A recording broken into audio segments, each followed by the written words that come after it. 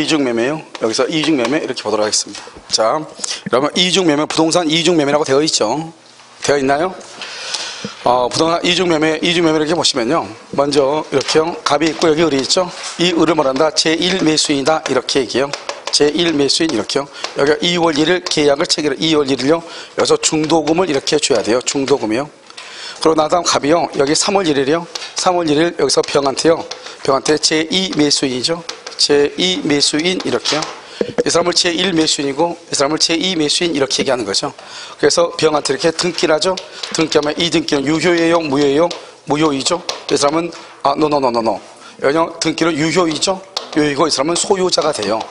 설령요 이 병이요 갑하고 을하고 계약 사실을 알든 악이죠. 모르든 선이죠. 알든 모르든 병이 무조건 소유자가 돼요. 알고 있든 모르고 있든 관계없이 무조건 소유자가 돼. 이런 지금 무슨 말인지 알겠죠? 알든지 모르든지 무조건 소유자가 돼. 이게 아주 중요한 것이죠. 그래서요 이 병이 소유자니까 병이 정한테 처음 하면 정은 뭐를 불문하고 선, 악을 불문하고 소유자가 돼. 여러분요 기본적으로 이 정도는 알아야 돼. 우리가 재산범죄 있잖아요. 절도하고 강도하고 횡령 이 세 가지 정도는 알아야 돼요. 여러분 절도가 먼저 봐봐. 남이 가지고 있는 물건을 몰래 훔쳐놓은 걸 절도라고 하는 거예요. 강도는요 훔쳐오는데 그냥 훔쳐놓으면 안 돼요. 폭행과 협박을 통해서 가져오는 걸 강도라고 하는 거예요. 횡령은요 남이 가지고 있죠. 남이 가지고 있는 것을 뭐라 한다? 남의 물건을 내가 보관하고 있어. 그런데 남의 걸 가지고 있다가 내가 팔아먹거나 돌려달라는데 돌려주지 않는 것을 횡령죄라고 해요. 그러니까 남의 것을 내가 가지고 있어야 돼요. 무슨 말인지 알겠죠? 그래서 어떤 학생이 질문을 했어요. 자 봐봐요. 우리가 이러면 중간생략형 등기 명의상 아시죠? 여기 이거 갑이 누구죠? 매도인이죠. 갑하고 을하고 계약을 하죠. 매수인이죠. 근데 이 매수인 자기는 등기 안 해. 이걸 신탁자죠. 신탁자가 돼가지고 여기가 병이 누구죠? 수탁자죠. 수탁자 이렇게요. 그래서 갑한테 부탁해서 병 앞으로 등기한 거예요. 그러면 이 등기는 유효예요? 무효예요? 명의상이 무효니까 병 등기 유효 무효? 무효죠. 병은 소유자도 아니다. 아니죠. 그럼 누가 소유자예요? 여기서 중요해. 누가 소유자? 갑이다 을이다? 갑이 소유자잖아. 갑이 이 사람은 매수인은 소유자가 되려면 등기해야 되잖아요. 갑이 소유자죠. 그런데요 이 병이요 이걸 정한테 처분해서 정한테 자기는 소유자가 아니고 등기만 가지고 있는데 남의 거 가지고 있죠. 그런데 이 사람이 정한테 처분해. 그러면 정은 우리 법에 선악 불문하고 소유권 취득한다 이렇게 돼 있거든요. 그러면 정이 소유자가 되는 거 아니에요. 그런데 문제는 뭐냐면 신탁자에 대해서 횡령죄가 됐느냐 안 되느냐 이게 문제가 됐어. 신탁자한테 횡령죄가 되느냐. 지금 현재 상태에서 신탁자는 소유자도 아니다. 아니죠. 그래 이 사람은 신탁자 것을 보관하고 있는 사람이 아니다. 아니죠.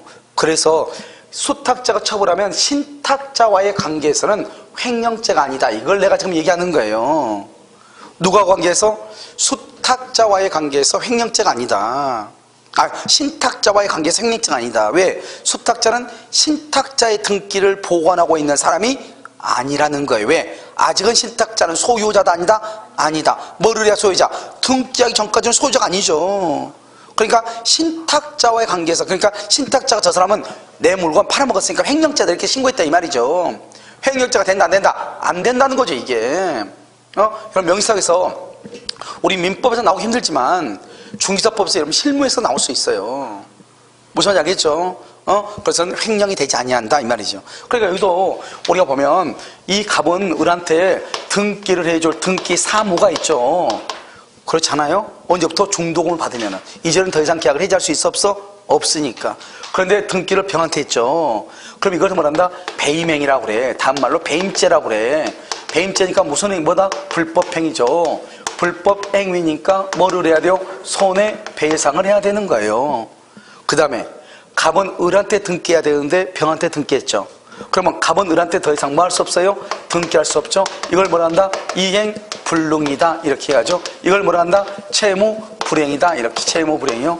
채무불행이다. 채무불행을 이유로 채고 없이 채무를 이행불능이니까 계약을 뭐하고 해제하고 손해배상을 청구할 수 있다 이 말이잖아요 지금 이게.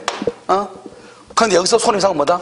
손해배상은 이행불능 채무불이행 당시를 기준으로 항상 우리가 채무불이행든가 그 다음에 이행불능의 경우는 이행불능 당시 채무불이행 당시를 기준으로 해요. 여러분 지금 이해됐어요? 언제 기준한다? 이행 불능 당시, 채무 불이행 당시를 기준으로 해. 이때를 기준으로 한다 이 말이죠. 지금 아시겠죠? 그래서 이때 당시를 기준으로 해가지고 한다. 됐죠? 그래서 이것을 언제다? 3월 1일이다 이 말이죠. 이것을 원칙이라고 그래. 한번 볼까요? 거기요. 이중매매가 원칙 유효이다. 2번 제1매수인은 이렇게 돼 있어요. 제1매수인은 채무 불이행으로 인한 전보배상 청구권을 행사할 수 있고 채고 없이 해지할 수도 있다. 그래서 무슨 청구권? 대상 청구권을 할 수 있다. 행사할 수 있다.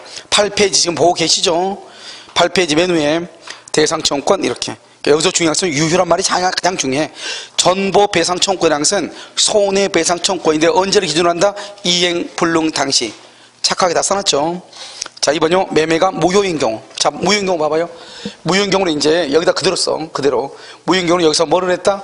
적극가담이라는 말 맞죠? 여기다 추가돼. 적극가담. 적극가담했다 이 말이죠. 그럼 봐봐. 적극가담이라는 말이 무슨 말이에요? 봐봐. 갑이 을한테 등기해야 되는데 을한테 등기하지 않고 병한테 등기한 것을 무슨 죄라고 그랬지 아까? 배임죄죠. 배임죄를 저지르는데 적극가담했다 이 말 아니에요. 이걸 뭐란다? 공범이라고 하죠. 공범. 응? 공범은 몇 가지가 있어? 2가지. 하나는 교사범, 하나는 방조범인데 적극적으로 가담했으니까 공범이나 마찬가지죠. 그러니까요, 제2매수인도 제1매수인에게 불법행위 책임이 있는 거예요. 내 말 지금 이해됐어요? 적극가담? 적극가담하면 등기는 유효이다 무효이다? 무효이죠. 이 무효는 103조에 위반돼서 무효이죠. 746조 불법원인 급여죠. 반환 청구할 수가 있다 없다? 없다. 그래서 반환을 청구를 못한 죄송해요. 갑이 병한테 반환을 청구를 못하는 거예요. 등기 말소를 못해. 그런데요, 이 병 등기는 무효니까 병이요 정한테 처분하죠. 정은 선악불문하고 소유권을 취득을 못하는 거예요. 이상하네. 우리 아까 첩계약에서는 반환 청구 못했잖아요. 반환 청구 못했는데 누가 소유자라고 그랬죠? 첩계약에서는 누구? 첩이 소유자라고 그랬죠? 첩이 그러면 병한테 넘기면 병은 뭘 불문하고 선악불문하고 소유자가 됐잖아요. 여기는 왜 안 되냐고. 똑같이 103조 위반인데 한 번도 의심 안 해봤어요? 여기 보면 갑하고 병은 103조 위반이에요. 첩계하고 똑같아요. 등기 넘어갔잖아요. 등기. 이 등기 무효라고요. 첩계약에서도 무효잖아요. 그런데 첩계약에서는 첩이 소유자잖아요. 여기서는 여기 병이 소유자다 아니다? 아니다 이 말이지. 아니다. 병이 소유자가 아니다. 왜 그러냐고. 이건 첩 관계에서는 누구밖에 없어? 갑하고라고 2사람밖에 없죠. 첩에서는. 그런데 이중매매에서는요, 제1매수인 있고 또 누가 있어? 제2매수인 2사람이 3사람 관계죠. 그런데 갑하고 제2매수인하고 관계는 무효이지만 갑하고 제1매수인하고 관계는 유효예요 무효예요? 유효이죠. 그러니까 첩계약에서는 보호할 사람이 있어 없어? 2사람만 했으니까 보호할 사람이 없어. 그런데요, 이중매매에서는 보호할 사람이 있어 없어? 있어. 누가 있어? 제1매수인이 있잖아요. 이게 달라진단 말이에요. 이게. 그래서 여기서 우리가 1번 갑이죠. 여기 2번 병이죠. 병의 등기를 말소만 해. 그러면 갑이 다시 찾아가? 그러면 절대로 안 돼. 그래서 이건 뭐하고 똑같냐? 첩계하고 똑같아. 갑이 가져가기 위해서는 등기 말소 안 돼요. 이 등기를 누구한테 가져가기 위해서? 을한테 해줘야 돼. 이렇게 하기 위해서는 일단 갑하고 을하고 계약을 했으니까 일단 등기가 일시적으로 누구한테 돌아가야 돼? 갑한테 가야지 병한테 을한테 갈 거 아니에요. 그래서 이 을은 갑을 대위해서 병 등기를 말소하는 거예요. 여러분 지금 이해됐어요? 이게 바로 뭐가 다르다? 첩계약하고 다른 점이다 이 말이죠. 근데 직접 말소할 수 있다 없다? 없다. 대위에서 한다. 왜? 을은 소유자가 아니니까. 그런데요, 을이요 병한테 자기 앞으로 직접 등기해달라고 하면 된다 안 된다? 안 된다. 누가 아니니까? 소유자가 아니니까. 소유자가 아니면 또 하나 못하는 게 있다. 뭐가 있다? 진정명의회복. 진정명의회복을 하려면 뭐가 돼야 돼? 내가 소유자다 아니다? 아니다. 그래서 을은 병한테 진정명의회복도 청구 못하고, 을은 병한테 직접 자기한테 등기해달라는 말도 못하고, 을은 직접 등기 말소를 청구할 수도 없고, 어떻게 말소한다? 대위에서 말소한다. 그런데요, 병이 지금 적극 가담했죠. 적극 가담했단 말은 갑이 배임죄를 저지르는데 적극 가담했다? 그럼 병도 불법행위를 했다 이 말이죠. 그러니까 갑이 불법행위를 하니까 을은 갑한테 손해상 청구하죠. 적극 가담해서 병도 불법에 했으니까 을은병한테 직접 뭐를 청구할 수 있다? 손해배상. 손해배상은 직접 청구할 수 있다 이 말이죠. 무슨 말인지 알겠죠? 그런데 채권자 취소권은 된다 안 된다? 안 된다. 뭐가 안 된다? 채권자 취소권. 채권자 취소권은 등기 청구권과 같은 것은 채권자 취소를 못해요.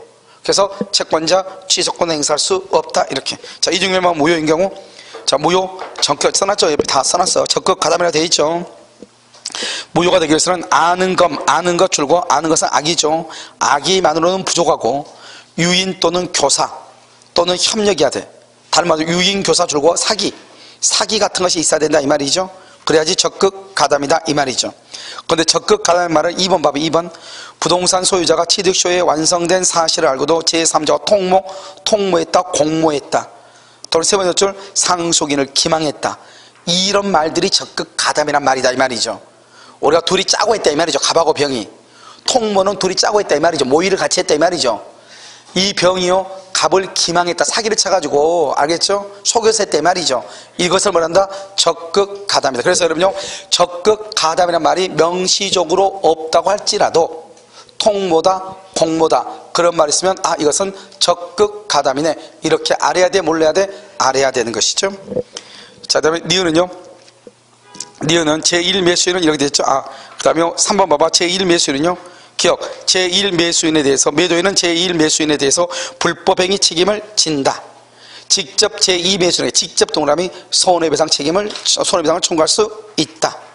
디귿은요, 매도인을 대위 동그라미 대위 이전 등기를 청구할 수 있을 뿐 직접 등기 말소를 할 수 없다. 청구할 수는 없다.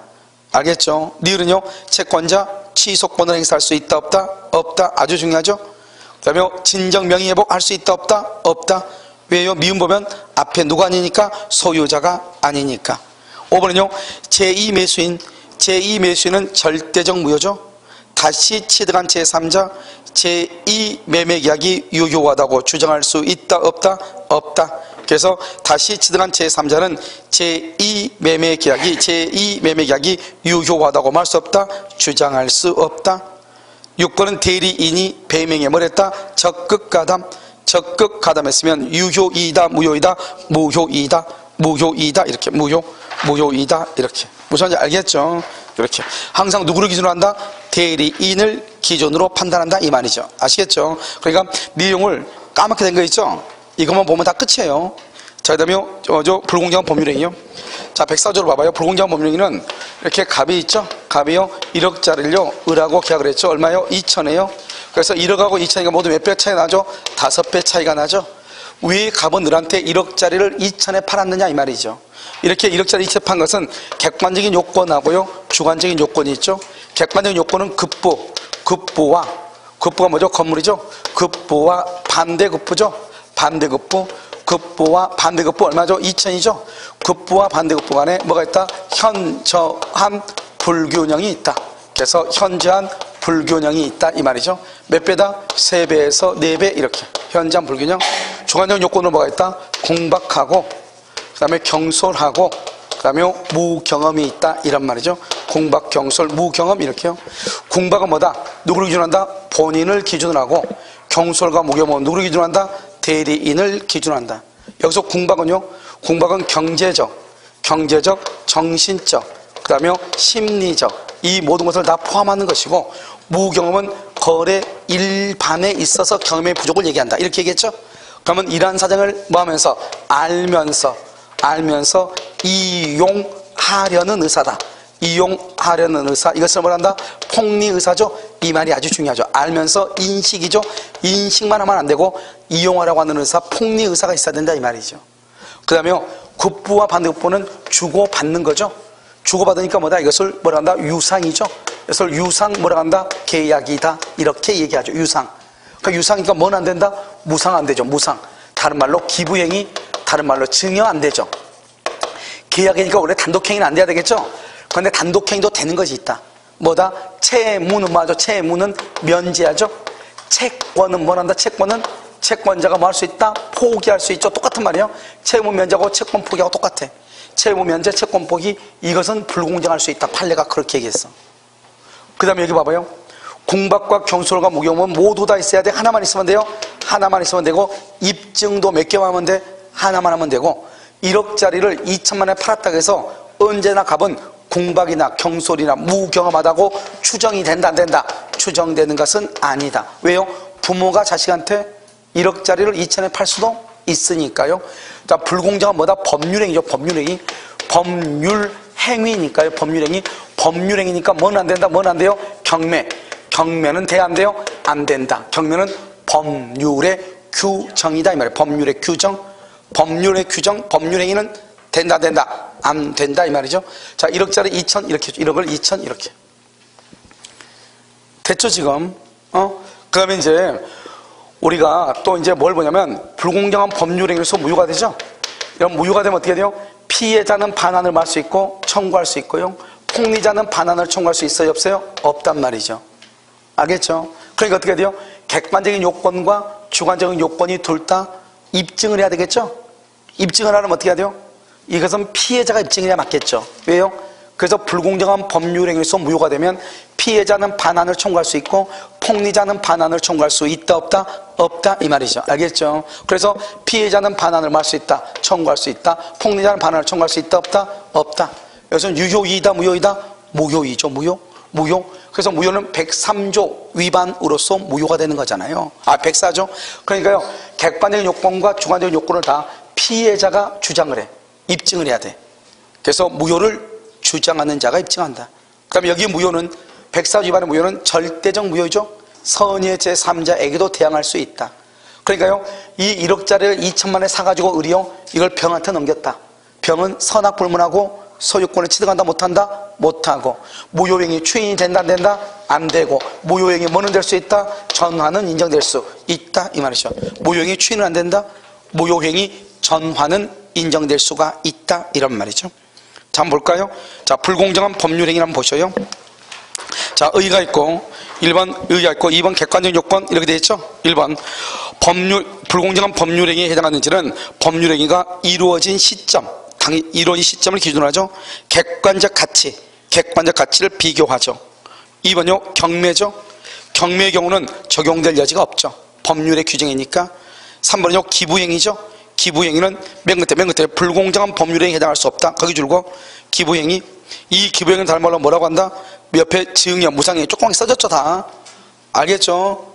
그러면 내가 봐도요, 지구상에서 제일 착한 사람 2명 뽑으라면 내가 1명 들어갈 수 있어요. 거기 다 써놨잖아요. 알겠죠? 아무도 모르게, 아무도 안 써놨는데. 4번요 첫 번째 맨 끝에 보면 채권 포기라고 되어 있어요. 채권 포기나 뭐요? 채무 면제 똑같죠. 단독행위에도 이 말이죠. 불공정한 법률행위가 성립할 수 있다 없다? 있다. 5번요 어업권의 소멸로 인한 손실보상금 분배죠. 어총계 총의 결의죠. 이 어총계 총의 결의를 말한다? 총유라고 하죠. 맨 끝에 폭리행위 줄거봐. 폭리행위란 말하고 불공정한 법률행위를 말하고 똑같은 말이에요. 알겠죠? 그래서 폭리에 해당할 수 있다. 현저한 불균형이 있냐 없냐는 것을 어떻게 판단한다? 구체적 개별적 사안에 있어서 사회 통념으로 결정을 해. 알겠죠? 구체적 개별적 사안에서 사회 통념, 알겠죠? 사회 통념에 따라서 이렇게. 자, 주관적은요? 주관적은 어떻게 한다? 공박은 뭐다? 경제적 심리력을 포함하고, 무경험은 거래 일반이지. 앞에 봐봐. 특정 영역 줄거봐. 특정 영역 줄고시고 X라고 써. 특정에다 X라고 맨 앞에.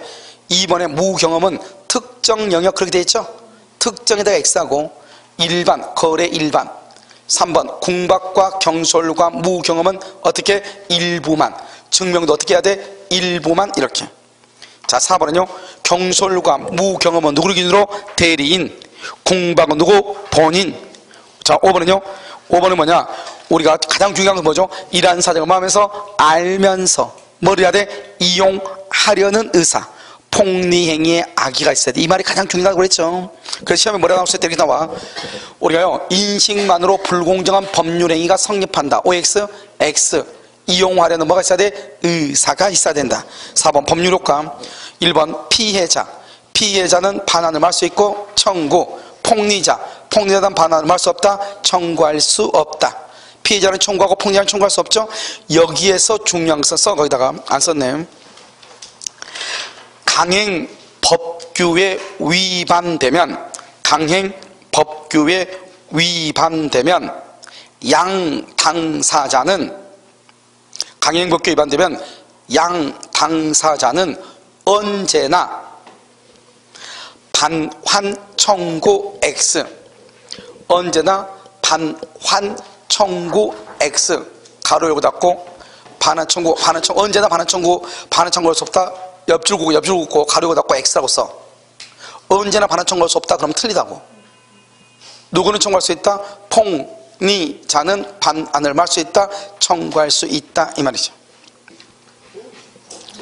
아니. 폭리행위는 반환 청구할 수 있다. 이 말이지. 103조에서는 양당사자 반환 청구 못하죠?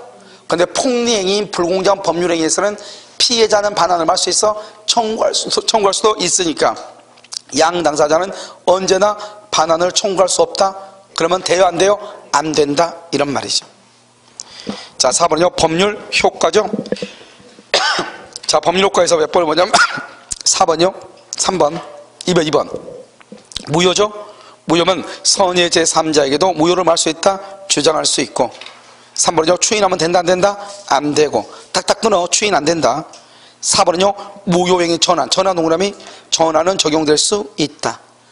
결론만 딱딱 암기하면 돼요. 이런 것들은 다 읽는 게 아니고, 여러분 공부할 때 문제 풀 때 이거 다 읽으니까 안 되는 거예요. 딱 나오면 추인이란 말이 나왔다. 그러면 X, 전환은 된다. 이 정도 우리가 이건 기본적인 내용이기 때문에 암기하고 있어야 돼요. 알겠죠? 그 다음에 5번은요, 부재수합이죠. 갑하구라고 계약하면서 우리 절대로 소송을 제기하지 말자. 부재수합이죠. 그런데 그 계약이 불공정한 법률행위로서 무효예요. 그럼 어떻게 된다? 부재소 합의는, 그것도 역시 여전히 마찬가지로 뭐가 된다? 무효가 된다. 우리가 불공정한 법률행위 아니냐는 것은 언제를 기준한다? 계약 체결시를 기준한다. 7번은요, 미도인이 불공정한 법률행위로서 계약의 무효를 주장하려면 어떻게 해야 돼요?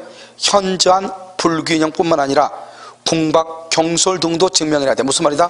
현저한 불균형은 객관적 요건이고 궁박, 경솔은 주관적 요건이잖아요. 이 말이 뭐다? 객관적인 요건과 주관적인 요건을 말 수 있다. 입증을 해야 된다. 이 말이죠. 누가요? 무효를 주장하는 자가. 8번은요, 급부와 반대급부 간에 현저한 불균형이 있다고 해서 궁박, 경솔, 무경험이 추정된다, 안 된다? 안 된다. 알겠죠? 간단하죠? 그래서 그것을 보시면 돼요. 자, 그 다음에요, 법률행위의 해석이죠. 왜냐하면 법률행위 해석을 보면 이 법률 해석은 좀 복잡한 것처럼 보이죠. 복잡한 것처럼 보이지만 실제로는 아주 간단한 것이에요. 자, 법률 해석을 봐봐요. 여기 봐. 법률 해석은요, 일단 법률 해석은 의사와 뭐죠? 표시가 일치할 때는 해석을 한다, 안 한다? 해석을 해요, 안 해요? 해석을 안 해요. 이 의사와 표시가 뭘 하지 않을 때, 일치하지 않을 때 법률행위 해석하죠? 법률행위 해석을 해. 그래서 의사와 표시가 일치하지 않죠. 이 일치하지 않는 것을 않을 때 이 표시를 유효로 볼 것인가, 표시를 무효로 볼 것인가, 이 말이죠. 표시를 유효로 본다. 이것을 무슨 주의라고 한다? 표시주의라고 하고, 표시를 무효로 본다. 무슨 주의라고 한다? 의사주의다. 이렇게 얘기하죠. 그러니까 표시주의는 누구의 입장에서? 상대방의 입장에서 무슨 행위를? 표시 행위의 객관적 의미를 합리적으로 해석하는 것이고, 의사주의는 누구의 입장에서? 표의자의 입장에서 효과 의사를 가지고 해석하는 것이고, 이런 말이죠. 이것을 우리 뭐란다? 그래서요, 여기요 유효 표시주의고 여기요 무효 의사주의 이렇게 되어 있는 거잖아, 이게. 응? 먼저 이렇게 보고, 우리는 항상 표시 가지고 보기 때문에, 그 다음에 상대방이 있느냐 없느냐가 중요하죠. 상대방이 없는 것은 우리가 공부할 필요가 없죠. 여러분, 상대방도 없는 게 시험에 나오겠어요? 상대방 없는 것은 자연적 해석을 해요. 의사대로. 알겠죠? 상대방이 있을 때 해석을 하죠. 상대방이 있는 경우는 원칙은 무슨 주의죠? 원칙은 표시주의예요. 우리가 지금 여기 표시주의다, 의사주의다 가서 얘기하는 것은 의사표시가 일치하지 않는 것을 전제로 하는 거예요. 그런데요, 상대방이 있을 때는 원칙으로 표시주의인데 예외적으로 무슨 주의다? 예외적으로 무슨 주의? 의사주의가 있죠. 의사주의. 의사주의는 뭐가 있다? 두 가지가 있죠. 하나는 107조이라는 단서. 107조이라는 단서가 뭐예요? 상대방이 표의자의 의사를 뭐랬거나 알았거나 알 수 있었을 때. 108조죠. 상대방과 표의자의 의사가 뭐란다? 일치한 경우. 일치. 이런 경우는 두 사람의 의사가 일치했다 이 말이잖아요. 그랬을 때는 상대방이 있어도 뭐로 간다? 의사로 간다. 이렇게 표시대로 가는 것을 무슨 해석이라고 한다? 규범적 해석이라고 하고요. 이렇게 의사대로 가는 것을 무슨 해석이라고 한다? 자연적 해석이다. 이렇게 해야죠. 아무것도 아닌데 이것만 가지고 하면은 지금부터 법률의 해석 모든 걸 다 해결할 수 있어. 알겠죠? 자, 그 다음에 여기 봐. 의사하고 동일한 말이 무슨 말이다? 의사하고 동일한 말이 뭐가 있어? 내심의 효과 의사. 내심의 효과 의사. 이러면 양심 있으면 밥만 먹지 말고 암기 좀 해와요. 알겠죠? 그 다음에 여기 뭐가 있다? 효과 의사. 효과 의사. 그 다음에 뭐가 있다? 진의. 이게 다 같은 말이죠? 그러니까 봐. 하나만 암기하면 되지. 봐봐. 여기 봐봐요. 내심의 효과 의사죠. 띵해. 그러면 효과 의사죠. 띵해. 그러면 의사죠. 의사. 그렇지 않나요? 내심의 효과 의사. 효과 의사. 의사잖아요. 거기다가 숟가락 하나 더 얹어가지고 진의만 암기하면 되라는데 그것도 안 되면 안 되죠. 알겠죠? 자, 그 다음에 표시하고 똑같은 게 뭐가 있어? 표시하고 똑같은 거? 뭐가 있어? 표시, 행위. 표시, 행위. 여기요. 표시, 행위로부터. 표시, 행위로부터 뭐가 되는? 추단되는, 추단되는 효과의사. 그럼 여기 뭐가 있다? 표시상의 효과의사. 이렇게. 표시상의 효과의사. 이렇게. 이게 이렇게 있단 말이에요. 이게 똑같은 말이란 말이죠. 자, 그러면 이제 읽어봐요. 법률의 해석이란 법률의 목적을 확정하는 것이다. 2번 계약의 당사자가 누구냐? 시험에 우리 두 번 일어났어. 뭐라 하냐? 한 번은 계약의 당사자가 누구인가는 법률행위를 해석해야 된다. 이렇게 한 번 나왔고 또 한 번은 뭐라고 하냐? 계약의 당사자가 누구인가는 의사표시를 해석한다. 이렇게. 똑같은 말 아니에요? 왜요? 법률행위는 뭐를 필수 불가결의 요소로 한다? 의사표시. 똑같은 말이잖아요. 무슨 말인지 아시겠죠? 그 다음에 3번은요. 3번은 매매 계약서의 계약상에 이의가 생겼을 때는 매도인의 해석에 따른다. 이러면 법률의 해석 권한은 누구한테 있죠? 그럼 법원이 해석을 해요. 그러니까 우리 문제 있으면 매도인이 말하는 대로 하자. 틀렸다 이 말이죠. 법원의 해석권을 구속하는 조항이라고 볼 수가 있다 없다? 없다. 4번은 뭐예요? 이거죠. 이러면 우리가 보험 들죠. 아니 저축하죠. 우리는 금융실명제죠. 봐봐요. 내가 번 돈인데 비자금이에요. 내 와이프 있죠? 와이프의 실명 확인을 해가지고 와이프의 이름으로 저축을 했다 이 말이죠. 그럼 이 돈 누구 거냐? 이게 이제 문제가 된 거예요. 판례 말했다. 실명 확인을 거친 자의 소유이다. 알겠죠? 돈을 가지고 온 사람이 소유가 아니고 실명 확인을 거친 자의 소유다 이 말이죠. 그걸 금융실명제라고 하죠. 그런데 판례가 얘기했어. 반드시 돈을 가지고 오는 사람, 그 사람의 소유로 보려면 은행하고 나하고 명백한 합의가 있어야 돼. 우리 보통 의사표시할 때 어떻게 하죠? 명시적. 어떻게 한다? 묵시적으로 하죠. 묵시적은 절대로 안 돼. 반드시 명확한 합의가 있어야 돼. 그러니까 이러면요. 보면은 이명박 비자금 관리한 사람들이 있어 없어? 있죠. 그 사람들 자기 통장으로 관리할 거 아니에요. 그렇잖아요. 내 통장, 내 이름으로 명박이 꺼서 내 이름으로 통장 관리하겠죠. 그런데도 이 사람은 그 돈을요. 써요 못 써요? 못 써요. 왜요? 은행장하고 나하고 셋이 모여서 명확하게 이 돈을 내 거니까 절대로 이 사람한테 주면 안 된다. 만약에 주면 너가 책임진다. 이게 약속을 했단 말이에요. 명확하게. 그런 경우는 누가 주인이다? 명박이가 주인이다 이 말이죠. 그렇지 않고 그냥 우리가 자기 처의 이름을 빌려서 처의 실명하기 거쳐서 처 이름으로 저축을 하죠. 그럼 그거 누구 거다? 그것은 처 것이다 이 말이죠. 한번 봐봐요. 거기요. 4번. 출연자가 누구냐? 출연자가 남편이에요. 출연자가 자신의 금원을 금융기관과 타인이 누구냐? 와이프예요. 예금계약을 체결하죠. 금융기관과 예금명의자가 누구죠? 타인명의 예금명의자가 처죠. 처가 계약의 당사자다 이 말이죠. 자, 법률의 해석은요. 이런 봐봐. 우리가 이제 법률의 해석이 어떤 거냐? 아주 얘기하죠. 자, 봐. 우리가요 1심이죠. 1심하고 2심이 있어요. 여기요 이제 대법원이 3심인데 우리나라 원래는 헌법상으로는 3심제가 아닌데 법률상으로는 3심제를 하고 있어요. 이 1심과 2심을 뭐란다? 이것을 사실심이라고 얘기하는 것이고요. 그 다음에 3심을 뭐란다? 이것을 법률심이라고 얘기를 해요. 알죠? 대법원은요 이것을 상고심이라고 얘기하는 거예요. 알겠죠? 상고 이렇게요. 그러니까 봐봐. 만약에 법률행위가 해석한다 해봐. 법률행위를 해석한다 그러면 그것이 법률행위 해석이 사실의 문제이면 상고가 되겠어 안 되겠어? 안 되겠죠.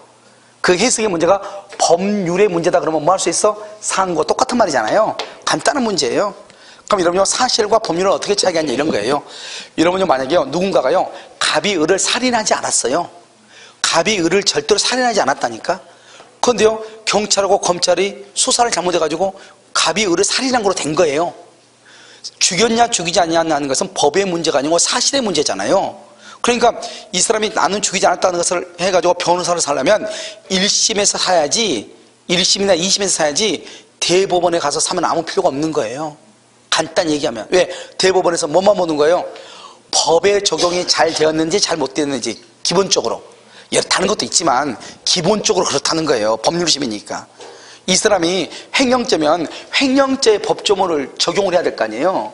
그런데 사기죄 법조문을 적용했다 이런 말이죠. 그럼 돼? 안 돼? 안 되죠. 그랬을 때는 대법원으로 간다 이 말이에요. 간단히 얘기하면 법의 적용을 잘못했을 때, 법률의 해석을 잘못했을 때 무슨 알겠죠?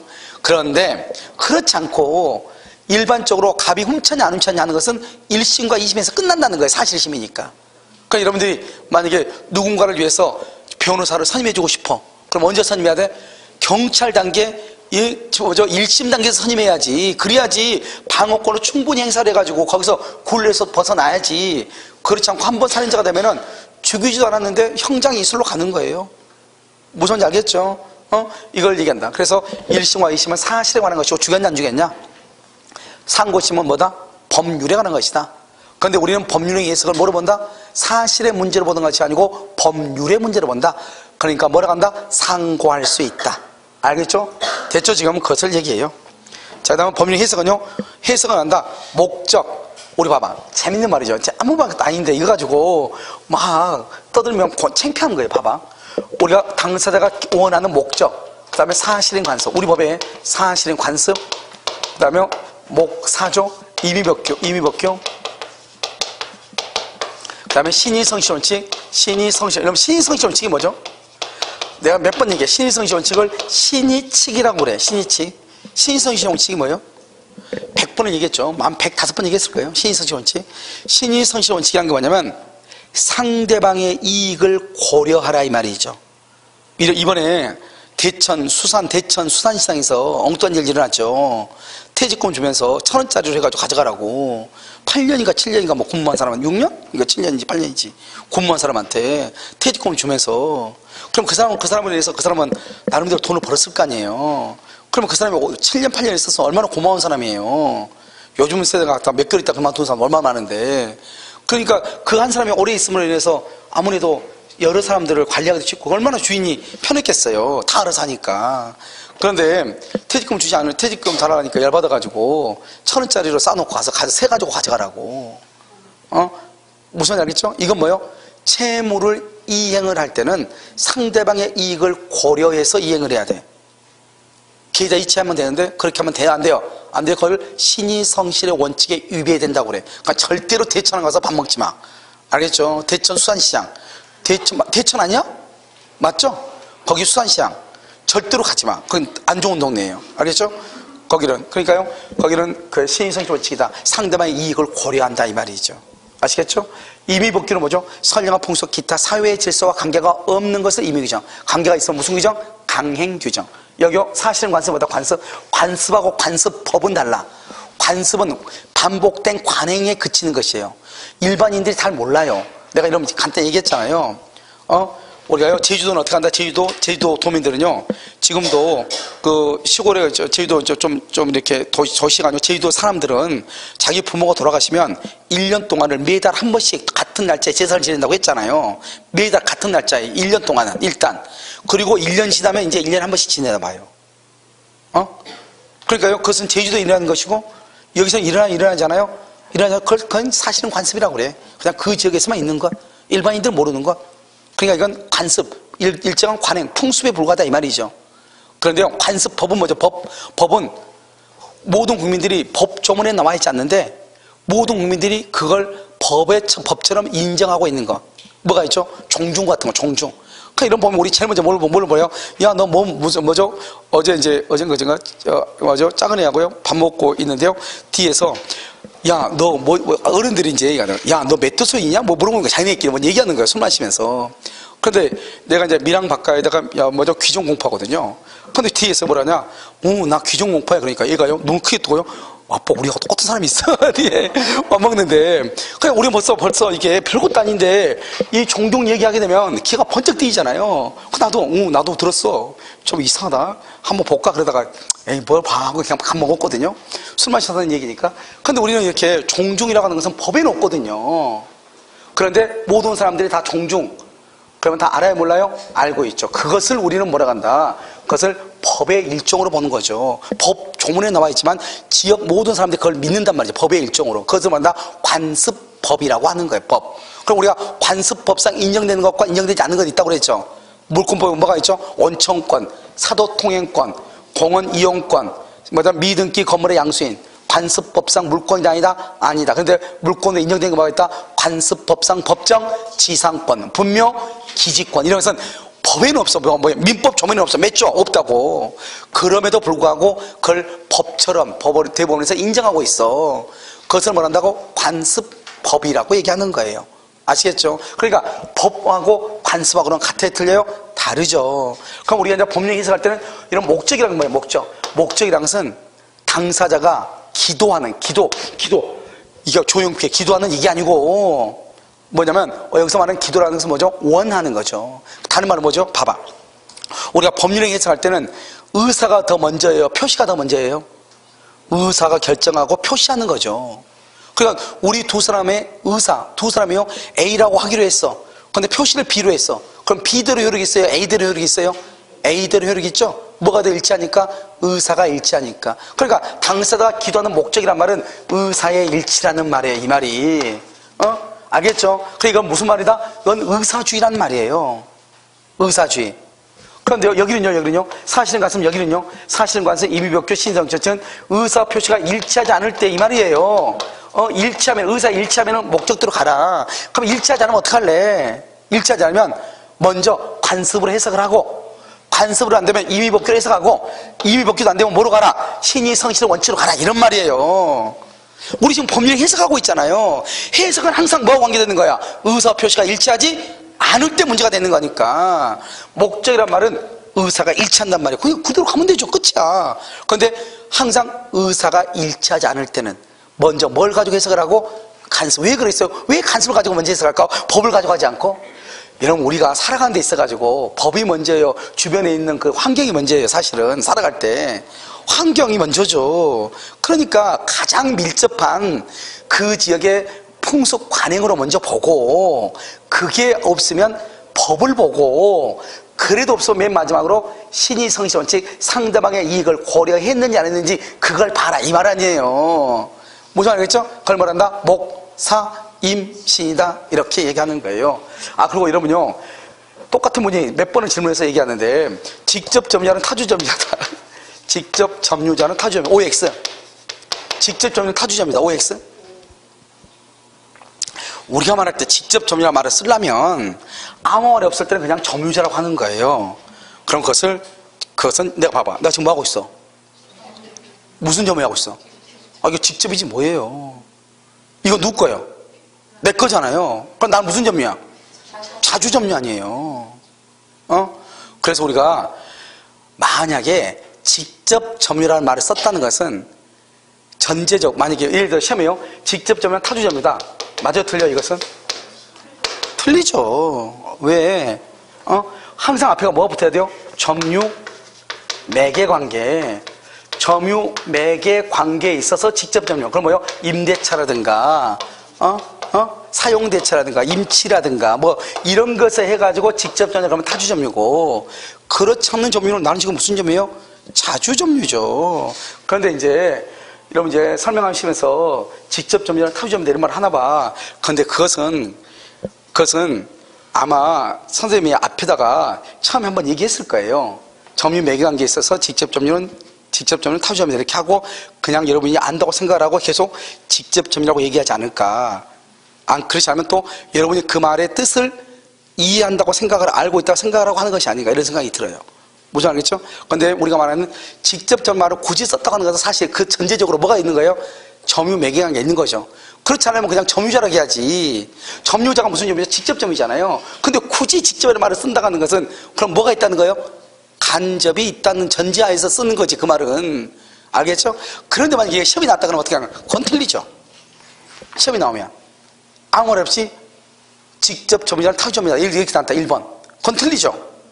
왜? 직접 점유자는 임차인만 직접 점유하는 것이 아니고 소유자도 직접 점유하니까. 근데 이제 우리가 이제 강의를 할 때는 여러분들이 점유 매개관계라고 하는 것이 전제가 되든지, 그러면요, 직접 간접이니까 간접 점유라는 것이 전제가 되든지, 뭐 이렇게 해가지고 하는 말이 아닐까, 내 생각에. 알겠죠? 그렇게. 됐죠? 자요, 그럼 봐봐요.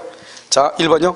일반적 규정은 없고요. 당사자 규정 목적, 목적에다 동그라미가 써요. 의사의 일치라고 써. 의사의 일치 썼어요. 자요, 그 다음에 사실은 관습. 재밌는 말이야. 그게 지금 105조거든요. 106조. 106조 한번 봐봐요. 법령 중 선량한 풍속 기타 사회 질서에 관계없는 규정, 없는 동그라미, 그것을 임의 규정이라고 그래. 없는 규정과 다른 관습, 이때의 관습, 아무 말이 없죠. 이걸 사실인 관습이라고 그래. 사실인 관습. 해석의 표준에 지금 3번 보고 있죠. 사실인 관습이 있는 경우 의사가 명확하지 않대. 한번 봐봐. 왜 이런 말을 썼을까?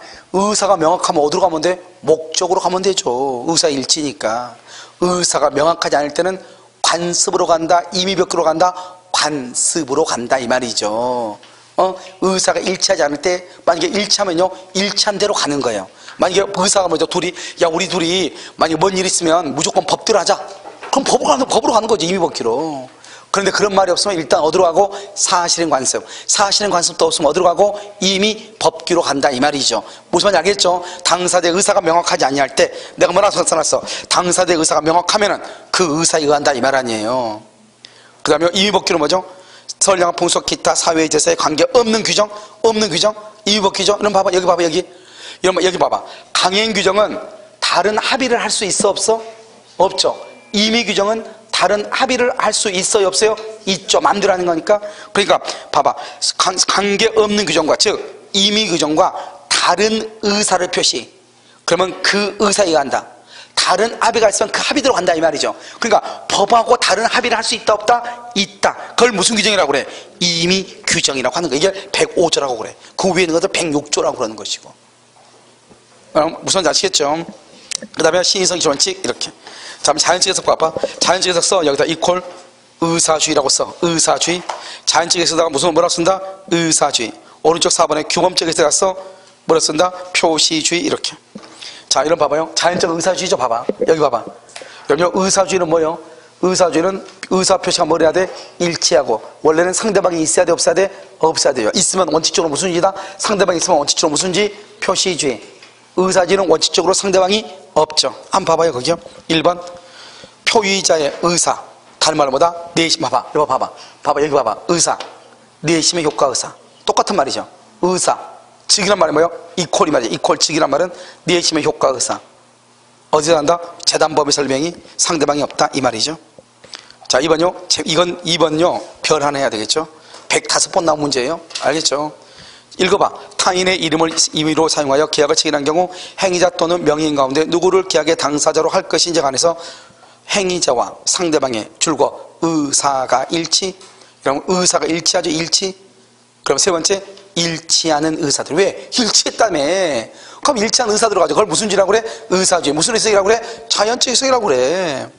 그런데요, 재밌는 말은 바로 밑에요. 일치하는 의사를 확정할 수 없다? 그건 뭐요? 불일치한다는 거잖아요. 불일치는 원칙적으로 무슨 주의예요? 표시주의. 표시주의는 누구의 입장에서? 여기 봐, 여기 봐, 여기 봐. 이러면요, 여기 글씨 쓰러 온 게 아니잖아요. 글씨 쓰러 온 거 아니니까 여기 보면 표시는 누구의 입장에서? 상대방. 뭐? 표시행위. 그러니까 의사 표시가 일치하지 않는다. 그럼 불일치다. 원칙은 뭐다? 표시다.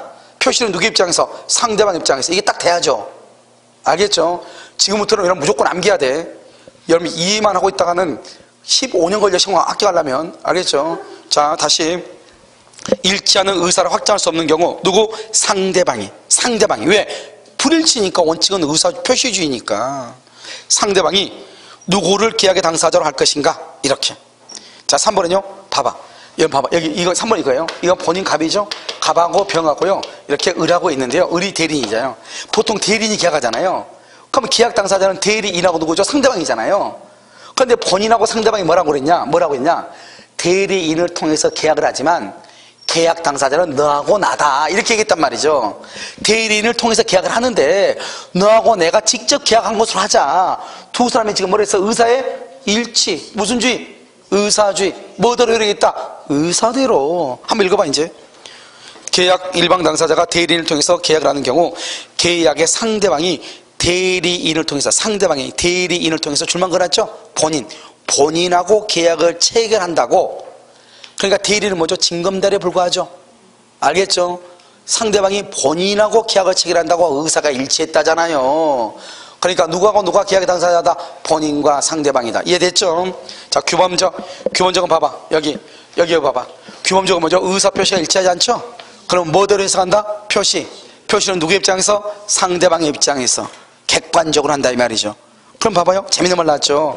내심적 효과 의사와 표시 행위가 일치하지 않는 경우. 이게 무슨 말이에요? 내심적 효과 의사와 표시 행위가 일치하지 않는 경우. 이걸 읽었는데 무슨 말인지 모르고 읽으면 뇌가 없는 사람이죠. 그런 경우는 잠을 자야 돼요. 알겠죠? 읽고 남을 필요가 없으니까. 여기 봐봐요. 이리 봐봐요. 여기요. 내심의 효과 의사가 의사 아니에요. 의사와 표시 행위, 표시 아니에요. 표시. 무슨 말이야? 의사 표시가 일치하지 않는 경우 이 말이잖아요. 이걸 알면서 책을 읽어야죠. 읽었는데 무슨 말인지 모른다? 영어책이 있고 있는 거잖아요.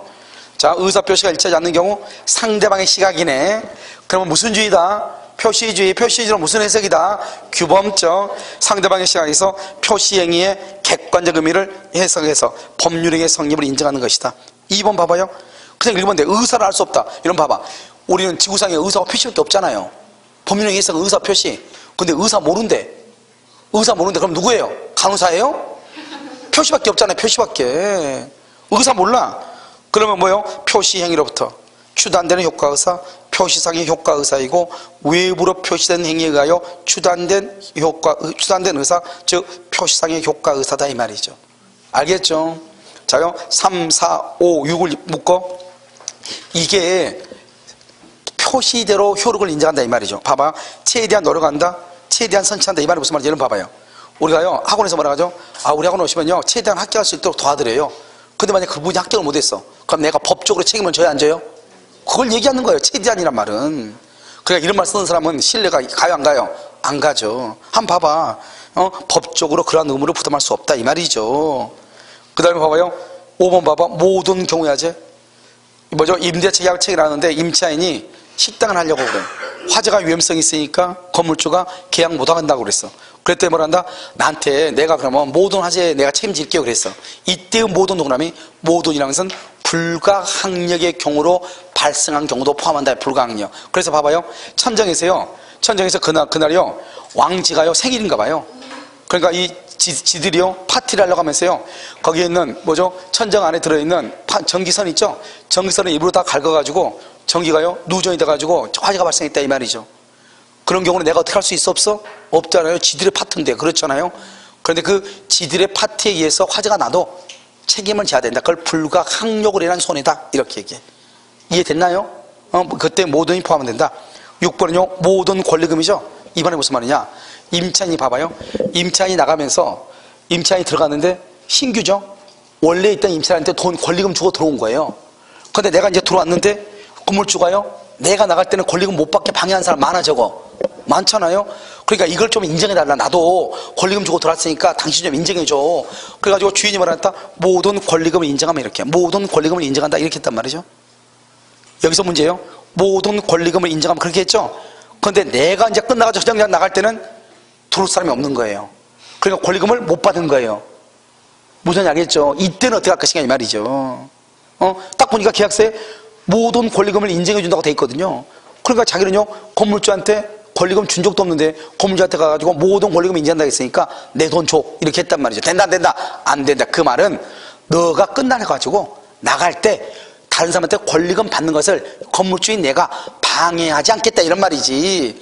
돈 못 받으면 내가 대신 줄게 이 말이 아니라고요. 알겠죠? 그걸 해석하는 거예요. 이제 이 말을 보고 오케이 여러분들 이제 앞으로 누군가 옆에서 이제 법 안다고 여러분 중개사 해봐 있으면 모든 사람들이 다 만능이잖아요. 이것저것 들어가서 다 물어봐요. 특히요, 여러분 친한 아파트 같은 주민들은 부부 사이에 이혼하는 문제도 또 상담하러 와요. 그것도 이혼 상담소 차례가 또 별의별 짓 다 해야 돼요. 근데 거기서 이제 보면 뭐라고 또 얘기하면 내가 그 말을 듣고 어떻게 해야 돼요? 아, 이 말은 내가 이런 말 같은데요? 저런 말 같은데 이렇게 얘기해 주죠? 그걸 말한다? 해석이라고 하는 거예요. 무슨 말인지 알겠죠? 그걸 하게 된다 이 말이죠. 자, 보충적은요. 1번 자연적과 규범적에 의해서 법률행위가 줄고 성립된 후에 이런 성립된 후 줄고요. 그 다음에 2번 봐봐. 간극이 있다, 공백이 있다, 틈이 있다. 이런 뭐죠? 이런 거죠. 봐봐. 여러분 우리가 매매 계약을 했거든요. 아니 임대차 계약을 했거든요. 임대차 계약을 했는데 사람들이 참 애매하고 우리 말 얘기 참 많이 하죠. 아우, 나는 화장실 너무 지저분해서 별로 마음이 없어요. 그러니까 주인이 뭐라 그래? 아, 내가 알아서 해줄게. 알아서 해준단 말이 가냐 뭐야. 어떻게 하죠? 주인은 청소해줄게 이 말이고, 새 들어간 사람은 변기 바꿔줄게 이 말이고, 그걸 임대차 계약을 딱 체결해 딱 들어갔더니 똑같은 변기에 똑같이 있단 말이죠. 그러니까 주인이 이제 새 들어간 사람이 얘기하죠. 아니, 이거 바꿔준다고 하지 않았냐? 내가 언제 바꿔준다겠냐? 알았다 한다고 그랬지. 둘이 싸우죠. 그럼 이것도 과연 바꿔준단 말인지 깨끗하게 청소해준단 말인지 이건 모르잖아. 이게 틈이나 간극이 있다고 간단히 얘기하면 너무나 비근한데, 알겠죠? 그랬을 때 이것을 이제 누군가가 이걸 해결해야 되겠죠. 그것을 갑한테 물어보면 안 해준다고 하겠죠. 우리한테 물어보면 해달라고 하겠죠. 그러니까 해결이 돼? 안 돼? 안 되죠. 그러니까 이 틈은 결국 누가 얘기해줘야 돼? 제3자가 들어보죠. 그러면 두 사람이 이제 중개업자한테 그때 당신 듣지 않았냐? 그때 그것이 해준단 말이냐 안 해준단 말이냐 이렇게 따지겠죠. 제3자 입장에서 하는 것을 보충한다고 얘기하는 거야. 다른 말로 이때 제3자가 누굴 얘기한다? 한마디로 말하면 해석이니까 법관을 얘기하는 거예요. 알겠죠? 그럼 법관을 봐봐. 두 사람의 실제적인 의사를 듣고 법관이 그 상황을 상상해서 얘기를 해야 되겠죠. 그것을 가정적 의사라고 그래요. 그래서 우리가 앞으로 가정적 의사, 상상적 의사라는 말이 나오면 그걸 보충적 해석이라고 하는 것이고, 여기 한번 봐봐요. 이런 봐봐. 단독행위, 나 혼자 있을 때 단독행위일 때는 생각과 의사와 표시 간에 틈이 있겠어요? 없겠어요? 없겠죠. 나 혼자 있을 때 두 사람이 있을 때 서로가 아다르고 어다르고 그런 말 하잖아요. 그러니까 우리가 단독행위일 때 틈이 더 많겠어요? 계약일 때 틈이 많겠어요?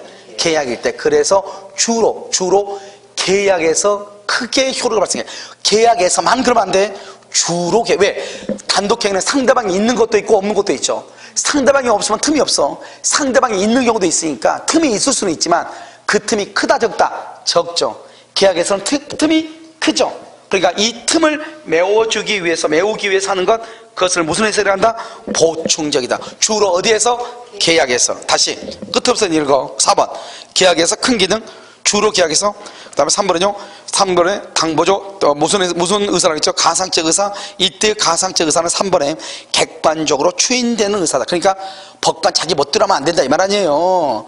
일반적으로 봤을 때 이렇게 해야지. 아, 그런 경우는 보통 이렇게 했겠네요. 이렇게 해야지. 알겠죠?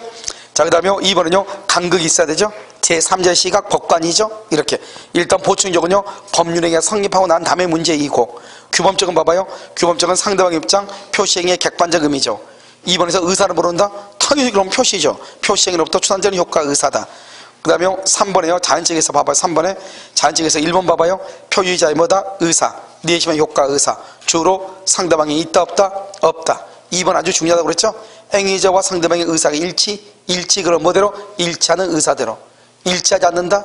일치하지 않는다 그럼 누구의 입장에서? 상대방의 입장에서 누구를 계약의 당사자로 이해할 것인가? 오른쪽에 맨 위에요. 본인하고 상대방이요 대리인을 통해서 계약하면서 계약의 당사자는 본인과 상대방이다 이렇게 의사가 일치됐다 이 말이죠. 그러면 계약의 당사자는 누구하고 누구다? 본인과 상대방이다 이런 말이죠. 무슨 말인지 아시겠죠? 이것을 우리는 법률행위 해석이라고 얘기하는 거예요. 그럼 잠깐 쉬었다가요 지인이 있는 의사표시 이걸 보도록 하겠습니다. 알겠죠?